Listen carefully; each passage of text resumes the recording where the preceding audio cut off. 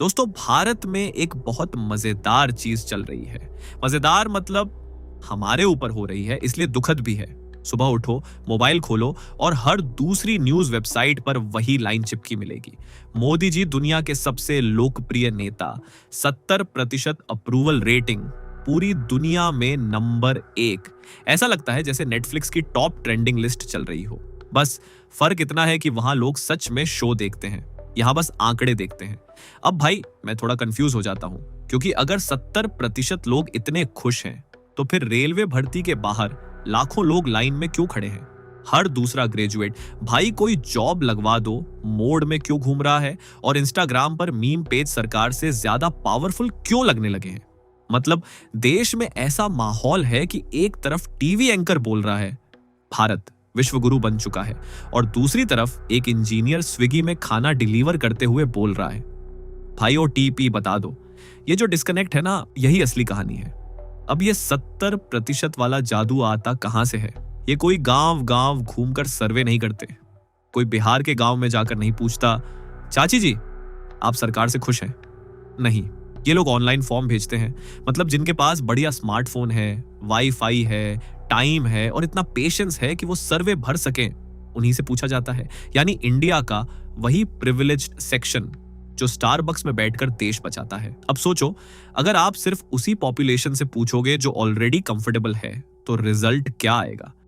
यही स्टैटिस्टिकल बायस है। लेकिन टीवी पर इसे ऐसे दिखाया जाता है जैसे नासा ने रिसर्च की हो। और मुझे सबसे ज्यादा मजा तब आता है जब एंकर इतने कॉन्फिडेंस से बोलते हैं, देखिए जनता कितना प्यार करती है। भाई जनता प्यार करती तो हर दूसरा युवा गवर्नमेंट एग्जाम के बाद डिप्रेशन रील क्यों बना रहा है?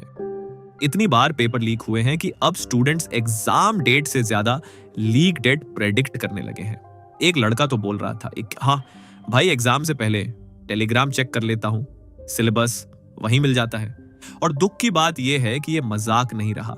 लाखों बच्चे सालों तक तैयारी करते हैं, पेरेंट्स अपनी सेविंग्स कोचिंग में डाल देते हैं, गांव में जमीन बिक जाती है, फिर एग्जाम कैंसिल। अब इमेजिन करो फ्रस्ट्रेशन का लेवल। फिर भी टीवी पर नैरेटिव क्या है? देश खुश है। कभी कभी लगता है हमारे देश में रियलिटी नहीं, ट्रेलर चल रहा है। असली फिल्म जनता देख रही है और एडिटेड वर्जन प्राइम टाइम पर आता है। और यही वजह है कि आज का युवा ट्रेडिशनल पॉलिटिक्स से इरिटेट हो चुका है। वो स्पीचेस नहीं, मीम्स बना रहा है, क्योंकि उसको पता चल गया है कि सीरियस सवाल पूछो तो जवाब नहीं मिलता, मीम बनाओ तो अकाउंट सस्पेंड हो जाता है। और यहीं से शुरू होती है एक ऐसी कहानी जिसने पूरे सिस्टम को हिला दिया। एक पैरोडी मूवमेंट जिसने नेताओं से ज्यादा एंगेजमेंट ले लिया, एक मीम जिससे सरकार जेन्युइनली डर गई। और भाई जब सरकार मीम से डरने लगे ना, तब समझ जाओ कि जनता सिर्फ हंस नहीं रही। अब सोचो, एक तरफ करोड़ों रुपए का पीआर मशीनरी, दूसरी तरफ एक लड़का हॉस्टल में बैठकर मीम बना रहा है और मीम जीत रहा है। ये वही मोमेंट है जहां सिस्टम को पहली बार एहसास हुआ कि ओहो, यूथ हाथ से निकल रहा है। क्योंकि आज का युवा टीवी डिबेट नहीं देखता, वो रील्स देखता है। वो 45 मिनट का भाषण नहीं सुनता, लेकिन 12 सेकंड का सैवेज एडिट पूरा देख लेता है। और ऑनेस्टली उसकी गलती भी नहीं है, क्योंकि स्पीचेस में मिलता क्या है? 2028 तक ये होगा, 2047 तक वो होगा। भाई 2047 तक तो हाफ पॉपुलेशन की हेयरलाइन चली जाएगी। यूथ को अभी नौकरी चाहिए, अभी स्टेबिलिटी चाहिए, लेकिन ग्राउंड रियलिटी क्या है? डिग्री लेने के बाद लड़का लिंक्डइन पर ओपन टू वर्क डाल रहा है, और उसी समय मोटिवेशनल इन्फ्लुएंसर बोल रहा है wake up at 5 AM and hustle. भाई हसल कहां करें? जॉब मार्केट में कंपटीशन ऐसा हो चुका है जैसे बिग बिलियन डे सेल। एक वैकेंसी निकलती है, 14 लाख एप्लीकेशंस। यूपीएससी का फॉर्म भरते भरते लोग इमोशनली मैच्योर हो जाते हैं, और ऊपर से पेपर लीक। अब इंडिया में एग्जाम 2 बार होता है, एक ऑफिशियल और एक टेलीग्राम प्रीमियम वर्जन। स्टूडेंट्स का कॉन्फिडेंस इतना टूट चुका है कि रिजल्ट आने से पहले ही लोग बोल देते हैं चलो भाई इस बार कौन सा स्कैम निकलेगा। और यही फ्रस्ट्रेशन धीरे धीरे इंटरनेट कल्चर में एक्सप्लोड होने लगी। अब यहां सबसे मजेदार चीज हुई, एक पैरोडी मूवमेंट आया, कॉकरोच जनता पार्टी।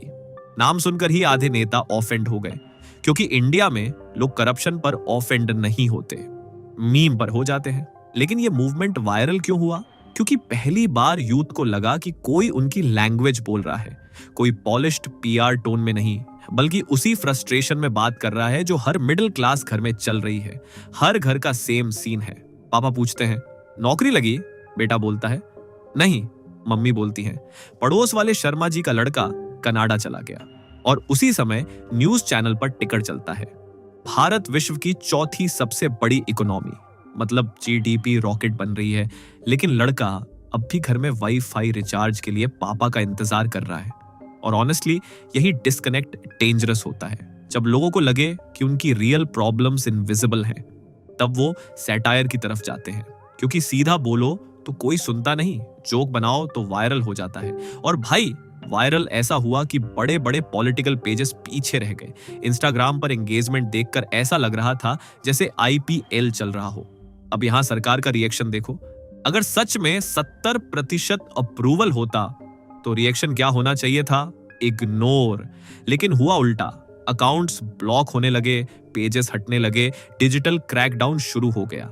मतलब एक मीम पेज को ऐसे ट्रीट किया गया जैसे वो अवेंजर्स का फाइनल विलन हो। और यही सबसे बड़ा संकेत होता है इनसिक्योरिटी का, क्योंकि पावरफुल सरकारें जोक्स इग्नोर करती हैं। डर वही जाता है जिसे अंदर से पता हो कि पब्लिक मूड बदल रहा है। अब सपोर्टर्स बोलेंगे, अरे ये सब अर्बन बबल है। लेकिन भाई अनएम्प्लॉयमेंट भी अर्बन बबल है क्या? पेपर लीक भी बबल है, महंगाई भी बबल है। आज हालत यह है कि मिडिल क्लास आदमी ग्रोसरी खरीदते वक्त कैलकुलेटर निकाल रहा है। पेट्रोल भरवाते समय ऐसा फील आता है जैसे म्यूचुअल फंड में इन्वेस्टमेंट कर रहे हो। एक अंकल तो पंप पर लिटरली पूछ रहे थे, भाई ईएमआई ऑप्शन है क्या? और ऊपर से एडवाइस क्या मिलती है? कंजम्पशन कम करो, ट्रैवल कम करो, घर से काम करो। मतलब जनता ऑलरेडी स्ट्रगल कर रही है और सॉल्यूशन ये है कि थोड़ा और एडजस्ट कर लो। इंडियन मिडिल क्लास की पूरी लाइफ अब एडजस्टमेंट पर चल रही है। एसी कम चलाओ, कार कम निकालो, ड्रीम्स छोटे रखो। बस टैक्स टाइम पे सरकार बोलती है, नहीं नहीं, वहां फुल कंट्रीब्यूशन चाहिए। और इसी फ्रस्ट्रेशन ने यूथ को सिनिकल बना दिया है। अब सबसे बड़ा सवाल, अगर ग्राउंड पर इतना फ्रस्ट्रेशन है तो फिर ये मैसिव पॉपुलैरिटी वाला इल्यूजन टिक कैसे जाता है? सिंपल, क्योंकि इंडिया में पॉलिटिक्स अब गवर्नेंस कम और ब्रांडिंग ज्यादा बन चुकी है। मतलब पहले नेता काम करके इमेज बनाते थे, अब इमेज बनाकर काम एक्सप्लेन किया जाता है। पूरा सिस्टम एक जायंट मार्केटिंग कैंपेन जैसा हो गया है। हर चीज सिनेमैटिक, हर स्पीच बैकग्राउंड म्यूजिक वाली फील देती है। Drone shot, slow motion, epic entry. कभी कभी लगता है इलेक्शन नहीं, मार्वल मूवी का ट्रेलर चल रहा है। लेकिन जनता का इश्यू यह है कि भाई वीएफएक्स से नौकरी नहीं मिलती। और यही रीजन है कि ग्राउंड रियलिटी और टीवी रियलिटी में इतना डिफरेंस आ गया है। असल समस्या यह है कि पिछले कुछ सालों में लोगों की एक्सपेक्टेशंस बहुत बढ़ा दी गई। हर स्पीच में बड़े प्रॉमिसेस, हर साल न्यू इंडिया, लेकिन एवरेज आदमी की जिंदगी बस महंगाई अपग्रेडेड वर्जन में आती रही।